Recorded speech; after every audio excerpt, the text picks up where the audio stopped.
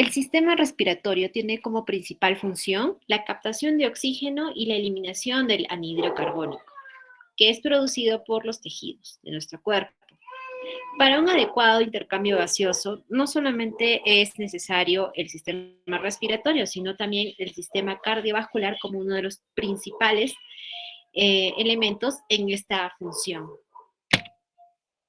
¿Cómo se define internacionalmente la insuficiencia respiratoria? Es la situación en la que la presión arterial de oxígeno es inferior a 60 milímetros de mercurio, dado en un paciente en reposo y que respire al medio ambiente. A veces puede acompañarse con una presión arterial de anhídrido carbónico mayor de 45 milímetros de mercurio. Recordemos que el CO2 en sangre arterial lo tenemos de 35 a 45 en valores normales. Para saber cómo ingresa el oxígeno mediante el aire a nuestro organismo, tenemos que conocer la vía aérea, la cual se divide en superior e inferior. La superior compromete el pasaje nasal, los senos paranasales, faringe y laringe, y la inferior, que contiene la vía de conducción y la zona de transición respiratoria, son desde la tráquea hasta los bronquios y sacos alveolares, que son 23 generaciones de divisiones. Entonces, la zona de conducción es hasta los bronquiolos terminales, los cuales aún no contienen alveolos, y a partir de la división 17 tenemos la zona de transición, donde ya van a aparecer algunos alveolos, por lo cual vamos ahí a nombrar los bronquiolos respiratorios y posteriormente los canales alveolares y sacos alveolares hasta la división 23, donde está el mayor número de alveolos. ¿Cuánto oxígeno vamos a contener en la sangre arterial? Para esto tenemos un cálculo, una fórmula. Recordar que el oxígeno, la mayor parte del oxígeno que contenemos, está unido a la hemoglobina. Y el oxígeno que medimos en el análisis de gases arteriales, la presión arterial de oxígeno, es la porción más pequeña. ¿Cómo lo vamos a calcular? 1.34, que es la variante de captación de oxígeno por hemoglobina, por la cantidad de hemoglobina saturada por oxígeno, más la presión de oxígeno arterial, que nos halaga, por la variante 0.003. La relación entre el oxígeno disuelto y unido a la hemoglobina se puede observar en la curva de disociación de la hemoglobina. La hipoxemia que se puede generar en nuestro organismo tiene causas pulmonares y extrapulmonares. ¿Cómo podemos diferenciarlos? Podemos utilizar una fórmula de apoyo a esto, calculando el gradiente alveolo arterial. ¿Y cómo se define el gradiente alveolo arterial? Es el cálculo de la presión barométrica, a nivel normal es 760, menos la presión de agua, que es 45, mejor de agua, por la fracción inspirada de oxígeno, que es 0.21%, menos la presión arterial de anhídrido carbónico, que lo normal puede ser 40, entre el cociente respiratorio 0.8, menos la presión arterial de oxígeno. Y todo esto nos da un valor de 10, que es el valor normal. La normoxemia, generalmente nuestra sangre debe estar de 80 a 100 milímetros de mercurio. Menciona la literatura que después de los 60 años, generalmente empieza a disminuir a 1 milímetro de mercurio por año. La hipoxemia puede ser leve, moderada, severa según su cantidad de oxígeno, leve de 60 a 80, moderada 40 a 60 y severa menos de 40. Y la hipoxia se da con un metabolismo anaerobio que generando una acidosis láctica en los tejidos. Cuando hay poco oxígeno en los tejidos, puede verse hipoxemia, puede verse anemia, ¿no? Recordando la fórmula que la hemoglobina transporta la mayor cantidad de oxígeno.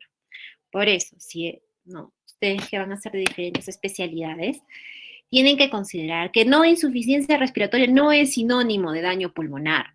Hay diferentes causas y mecanismos que pueden darnos una insuficiencia respiratoria.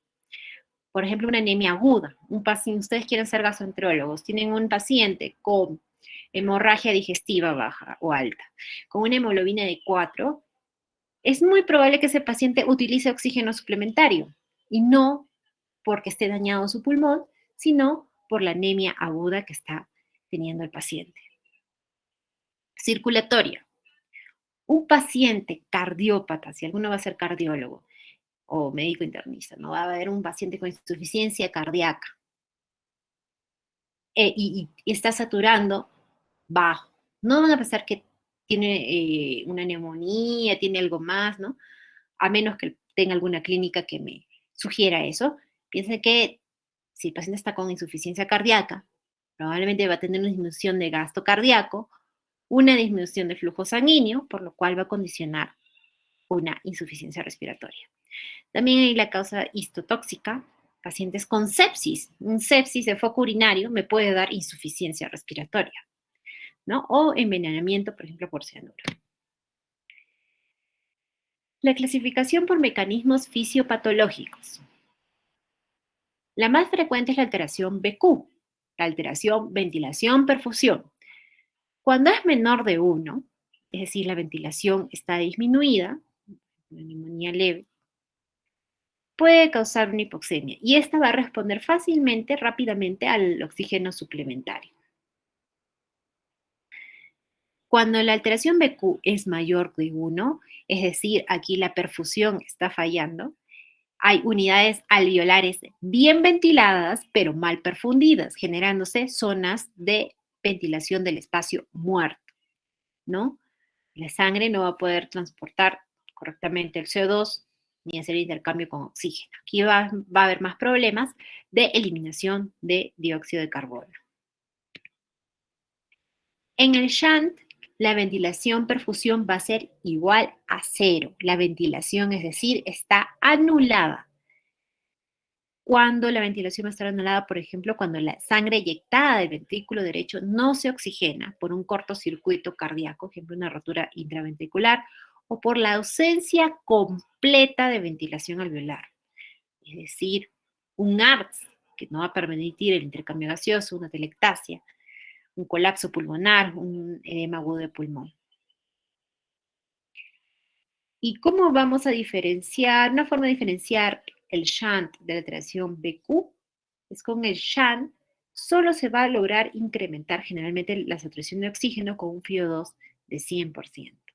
En cambio, en una alteración BQ puede subir rápidamente con un flujo menor. Otro mecanismo es la alteración de la difusión por la membrana alveolo-capilar. Acordémonos que la membrana alveolo-capilar compromete la membrana basal epitelial del alveolo, la membrana endocapilar y el espacio intersticial. ¿Por qué es importante este espacio, esta estructura? Porque ahí va a ocurrir la difusión pasiva del oxígeno y el dióxido de carbono. Un ejemplo clásico de alteración de este espacio es la fibrosis pulmonar. Otro mecanismo de insuficiencia respiratoria, por ejemplo, uno asociado más a nuestro entorno, ¿no? Pacientes mineros que se van a más altura de la que estamos viviendo en Puno, es la disminución de la presión inspirada de oxígeno en el aire inspirado, que se da en situaciones de altitud, donde la presión barométrica es menor, que va a generar una disminución de la presión inspirada de oxígeno, una disminución de la presión alveolar de oxígeno, y lleva a una disminución de la presión arterial de oxígeno, donde la gradiente alveolo arterial va a ser normal. Otro mecanismo de insuficiencia respiratoria es la hipoventilación alveolar. Por ejemplo, causa central, un paciente con un accidente cerebrovascular. ¿Lo pueden ver con oxígeno, con un pulmón normal? Claro que sí, ¿no? Que haya falla en el mecanismo de la ventilación a nivel central. Un paciente con alteración de la caja torácica, ¿no? los músculos, no sé, una alteración muscular, una alteración de los neurotransmisores, neuromuscular, enfermedades periféricas. También puede conllevar a una hipoventilación. Y vamos a observar una conservación de la gradiente alveolar arterial. Alteración en la relación entre el transporte de oxígeno y el consumo de oxígeno. Claro que sí. Si hay un reducido gasto cardíaco, va a haber menos flujo, va a haber mayor extracción de oxígeno a nivel de los tejidos, generando una disminución de oxígeno en la sangre venosa y que condiciona a una hipoxemia. Esto se observa en el shock. Hay otra clasificación de insuficiencia respiratoria tipo 1, que es la hipoxémica, la tipo 2, la hipercápnica, la tipo 3, que es la perioperatoria, que es el resultado de insuficiencia respiratoria tipo 1 y 2, y la tipo 4, la que es asociada a estados de hipoperfusión, por ejemplo, el shock. ¿Cuál va a ser la clínica de los pacientes? Si el paciente tiene una hipoxemia, generalmente va a estar ansioso, agitado, va a tener polipnia, taquicardia, diaforesis, puede presentar arritmias, convulsiones y alteración de sensorio. Si el paciente ya está haciendo retención de CO2, hipercapnia, puede mostrar somnolencia, letargia, asterixis, intranquilidad, cefalea, tremor en manos. ¿Cómo va a ser nuestro actuar ante una insuficiencia respiratoria? Diagnosticar primero la insuficiencia y como hemos mencionado es un valor de la presión arterial de oxígeno que lo vamos a poder identificar mediante el análisis de gases arteriales y que nos puede sugerir la saturación de oxígeno mediante el pulso oxímetro saturómetro. Manejo de vía aérea que esté despejada, oxigenación suplementaria o ventilación mecánica, identificación de la causa de la ira, monitoreo, objetivos del tratamiento, mejorar el oxígeno tisular y disminuir el consumo de oxígeno, normalizarlo. ¿Cuáles son los elementos de oxígeno suplementario que podemos tener a la mano? Una máscara Venturi, que es el alto flujo, ¿no? Que podemos llegar hasta con un FiO2 de 50% a 15 litros, que eh, se puede cuantificar mediante el dispositivo que contiene los, los mecanismos del Venturi. Los sistemas de bajo flujo, acá tenemos la cánula binasal, que podemos usarlo hasta 5 a 6 litros, ¿no? Que es el primero que se usa en el paciente con insuficiencia respiratoria. Después podemos llegar a usar máscara simple si necesita mayor aporte, que puede llegar hasta 7 a 8 litros. Y si necesita aún más aporte, podemos usar la máscara con bolsa de reservorio, que podemos utilizar un FiO2 de 100% con un flujo de 10 a 15 litros por minuto, ¿no? No se recomienda utilizar 4 litros, 3 litros con una máscara con bolsa de reservorio porque podríamos generar hipercapnia. Cuando llegamos al ventilador mecánico, cuando el paciente está en apnea, hay hipoxemia refractaria al tratamiento de oxígeno suplementario convencional, exceso de trabajo respiratorio, fatiga, inestabilidad hemodinámica, acidosis respiratoria y trastorno del sensorio. ¿No? Estos son valores normales de presión arterial de oxígeno con sus saturaciones en aproximado en cantidades relacionadas. Muy bien. El siguiente tema es el síndrome de estrés respiratorio agudo. Robbins, el libro de Robbins, lo define como una insuficiencia respiratoria que le aparece después de una semana a una lesión clínica conocida, cursando con opacidades bilaterales, en radiografía de pulmón, que no se explica por una insuficiencia cardíaca, atelectasias o sobrecarga de líquidos. La lesión característica en esta patología es el daño alveolar difuso, consecuencia del incremento de la permeabilidad vascular pulmonar y la disminución de tejido pulmonar aereado. El American and European Consensus Conference lo definió en 1994 y actualizó los criterios en la ciudad de Berlín en el 2012. ¿Qué mencionan estos criterios? Insuficiencia respiratoria ex novo o empeoramiento de una insuficiencia respiratoria previa que debe aparecer durante la semana del diagnóstico de una entidad clínica confluente. En la radiografía o tomografía de pulmón puede verse opacidades bilaterales compatibles con edema pulmonar que no pueden explicarse por un derrame pleural, por un colapso pulmonar, lobar o total o la confluencia de nódulos pulmonares. El edema alveolar no debe ser de origen cardiogénico, ¿no? Una insuficiencia cardíaca o sobrecarga hídrica. En el caso, por ejemplo, que no tengan una buena anamnesis del paciente, porque el paciente está con alteración del sensorio y no tiene familiares, debemos buscar factores de riesgo. Si es que lo sospechamos, para esto podemos utilizar elementos que nos pueden orientar, como la ecocardiografía, el ProBNP, entre otros. Además, los criterios de Berlín nos mencionan el nivel de severidad del ARDS de acuerdo al nivel de PAFI, que es la relación de presión arterial de oxígeno con la fracción inspirada de oxígeno, ¿no? Con un PIB de 5 centímetros de agua a más.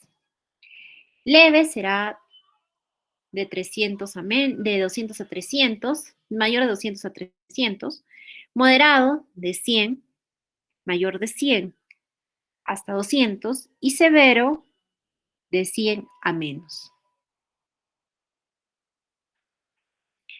Este es un dibujo clásico del ART que nos orienta cuál es la diferencia entre un alveolo normal, que lo observamos a la izquierda, ¿no?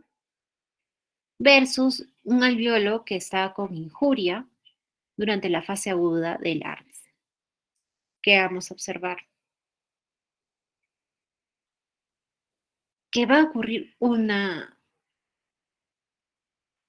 extravasación de líquido rico proteináceo a nivel del alveolo. Va a haber destrucción del epitelio bronquial, necrosis de los neumocitos tipo 1. ¿Y qué es lo característico en este edema pulmonar? Va a cursar con la formación de membranas hialinas, que son resultado de la lesión de la capa endotelial y epitelial de esta barrera alveolo-capilar. Entonces, al inicio puede haber un edema intersticial y alveolar que puede progresar a fibrosis. Entonces, va a haber activación de los neutrófilos. Los neutrófilos son secuestrados de la microvasculatura pulmonar, llevados al intersticio y dentro del alveolo, donde se van a activar y van a liberar leucotrienos oxidantes, factor activador de plaquetas, proteasas, generando lisis tisular local, edema, inactivación del surfactante, formación de membranas hialinas.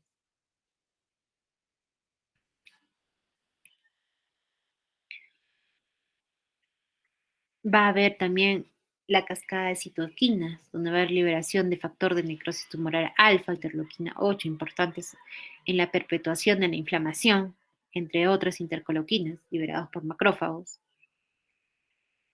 Los macrófagos van a liberar factor de crecimiento transformador, factor derivado de plaquetas, estimulan el crecimiento de fibroblastos y depósitos de colágeno, que van a estar asociados a la fase de reparación de la lesión. Se va a perder la integridad de la membrana alveolo-capilar intersticio alveolo, los cuales van a ser ocupados por ese fluido proteináceo rico en citoquinas. ¿Cuáles son las causas del ARTS? Hay directas al pulmón e indirectas, extrapulmonares. Las directas, la neumonía, el reflujo gástrico, la aspiración gástrica de broncopulmonar, la injuria inhalatoria, la contusión pulmonar, poscolitis pulmonar, el casi ahogamiento, ¿no? Entra líquido a los pulmones. Indirectamente puede haber una sepsis severa, traumas mayores con trauma craneoencefálico, pancreatitis, quemaduras severas, grado 3, shock, sobredosis de drogas, múltiples transfusiones y la injuria pulmonar asociada a transfusión sanguínea. El ARTS tiene 3 fases, las cuales son importantes que conozcan porque van a valorar en qué momento se da el tratamiento al paciente, en qué momento va a ser más recuperable el paciente, dado que la tercera fase, después de la exudativa y proliferativa, es la fase fibrótica, el cual ese pulmón ya no va a poder recuperarse, ¿no? Entonces debemos tener una intervención intensa, intensiva, en las fases iniciales para poder recuperar ese pulmón. Acordarnos que el ARS tiene una mortalidad aproximada del 38-40% en hospitalización. La fase exudativa se escribe de 0 a 7 días, se caracteriza por congestión capilar, edema intersticial, alveolar rico en proteínas y hemorragias intraalveolares. El epitelio alveolar tiene necrosis extensa y la membrana basal es denudada por material periódico de Schiff. Por material periódico de Schiff Paz positivo, característico de membrana gelida, constituida por fibrina y detritus por destrucción de los neumocitos tipo 1. ¿No? Por ejemplo, acá tenemos un corte axial, una tomografía pulmonar, donde observamos efusión pleural, bilateral, consolidaciones e imágenes en opacidades de vidrio deslustrado. La fase proliferativa, que son de 3 a 10 días. Dentro de la pared alveolar, los fibroblastos proliferan y migran hacia las membranas basales alveolares. Se transforman en tejido de granulación mediante depósito de colágeno en un tejido fibroso posteriormente denso. El pulmón se transforma con rapidez en un órgano sólido, poco distensible y es más difícil de poder ventilarlo, ¿no? Las imágenes de vidrio ilustrado se van condensando más y presentan ya imágenes de condensación.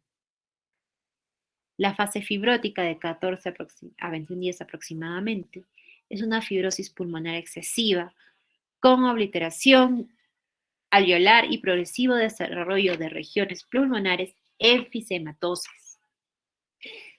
Al examen macroscópico hay espacios aéreos microquísticos de 1 a 2 milímetros de diámetro y zonas difusas de cicatrización. Puede esto condicionar a formación de macroquistes y bulas.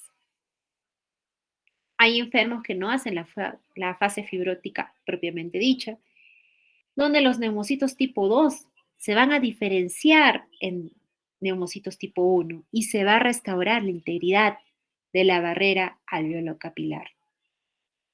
Por ejemplo, esta es una imagen ya con intersticio incrementado, probablemente fibrótico, con una imagen quística subpleural de una bula, ¿no? Ahí ya no hay pulmón, secuelas si el paciente sobrevive de un ARTS.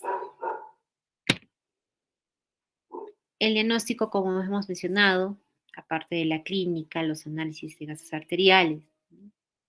Es con imágenes, podemos utilizar la radiografía, pero es de elección la tomografía.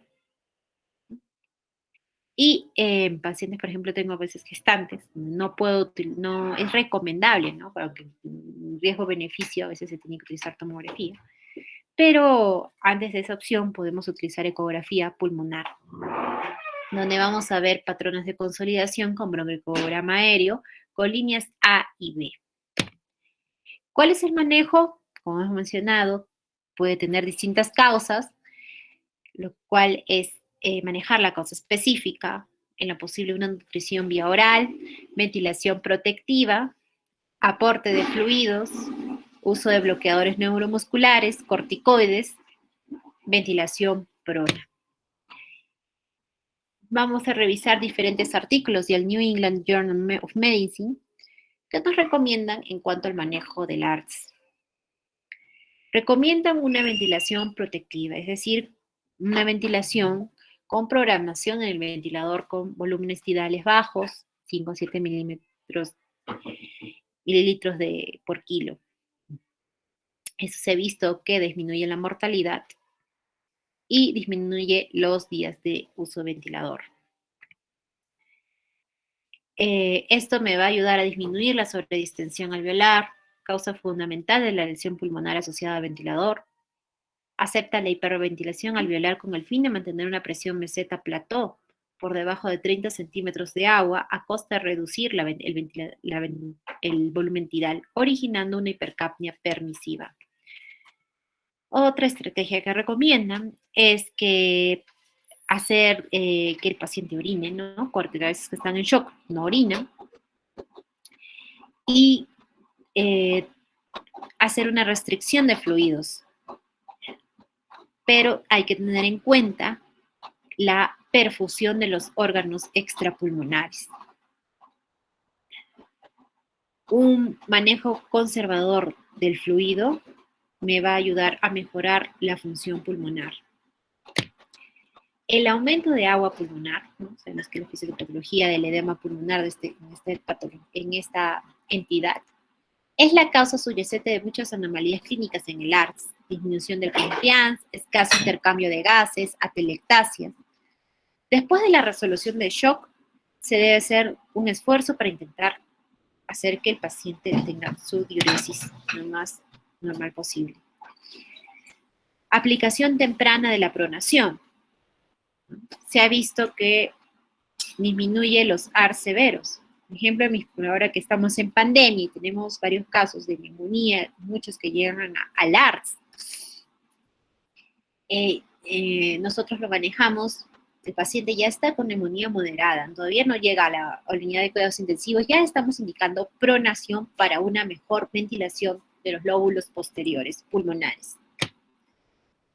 Agentes bloqueadores neuromusculares pueden aumentar la oxigenación y disminuir la lesión pulmonar asociada a ventilador en pacientes con ARDS grave, como rocuronio o becuronio. En cuanto al corticoide, es controversial y los estudios mencionan que se sugiere utilizarlo dentro de los primeros 14 días, ya que después de estos se ha visto que aumenta la mortalidad.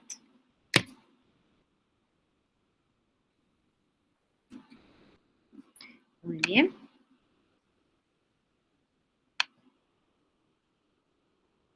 Hemos terminado las dos ponencias.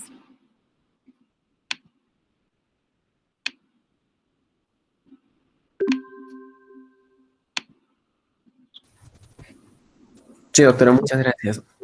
Ajá. Si hay alguna pregunta. Si no hay, hemos dado por terminado las dos clases. Estaré coordinando Doctora, con... una pregunta, por favor. Ya, les sugiero, por favor, cuando tengan su pregunta, antes de que yo diga que ya terminó la clase, la hagan, ¿ya?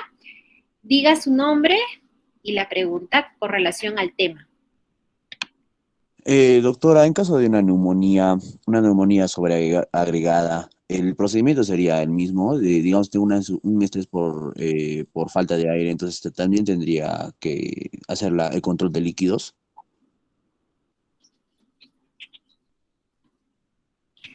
No le entendí la pregunta, por favor, aclare mejor. Doctora, en la última parte usted dijo que en caso de que un paciente entre en shock, sería lo bueno hacer el control de líquidos, como hacerle miccionar, ¿no? ¿Sería el mismo procedimiento en caso de una neumonía sobreagregada? Sí, eso no cambia.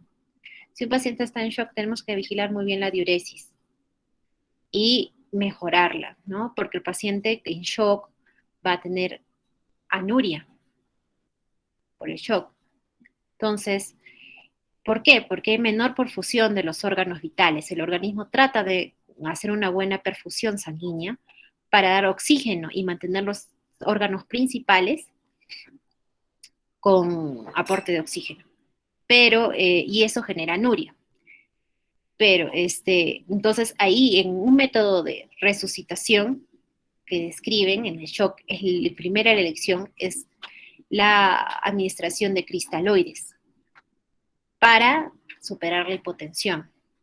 Pero, como mencionan, cuando el paciente tiene ARDS, hay que tener cuidado en hacerle sobrecarga hídrica. Sea el ARDS por neumonía o no. Claro, doctora, eso tenía la duda. Por ejemplo, en ese ARS, lo que yo pensaba, lo mejor que podríamos hacer es administrar el líquido al paciente para que pueda, en caso de una neumonía, no pueda administrar mejor el oxígeno a los diferentes órganos del cuerpo. Y la duda que yo tenía es que usted dijo que teníamos que hacerle No, un control de líquidos o la restricción de líquidos. Y eso era mi duda, no, doctora. no. Si yo tengo un paciente con neumonía sin shock, mi objetivo no va a ser sobrecargarlo de líquidos. Hemos explicado que la fisiopatología del ARDS es un edema pulmonar, es decir, agua en el pulmón. Entonces mi objetivo no va a ser sobrecargarlo de agua. El hecho de agregarle líquidos al paciente que tiene ARDS es cuando hay shock, cuando hay una baja perfusión de los órganos periféricos en cuanto al aporte sanguíneo, y es decir, una disminución de oxígeno en estos órganos. ¿Entendió? Muchas gracias, doctora. Sí, doctora, muchas gracias. Listo. ¿Alguna otra pregunta?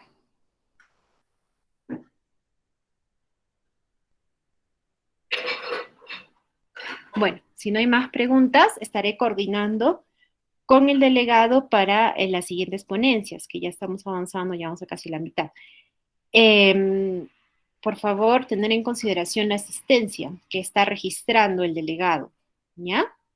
Porque eso también va a pasar a jefatura del servicio y se va a tomar en cuenta en las notas. Si no hay más preguntas, he terminado las clases de hoy día. Buenas tardes con todos. Hasta luego. Muchas gracias, doctora. Muchas gracias, doctora. Buenas tardes. Muchas gracias, doctora. Hasta luego, doctora.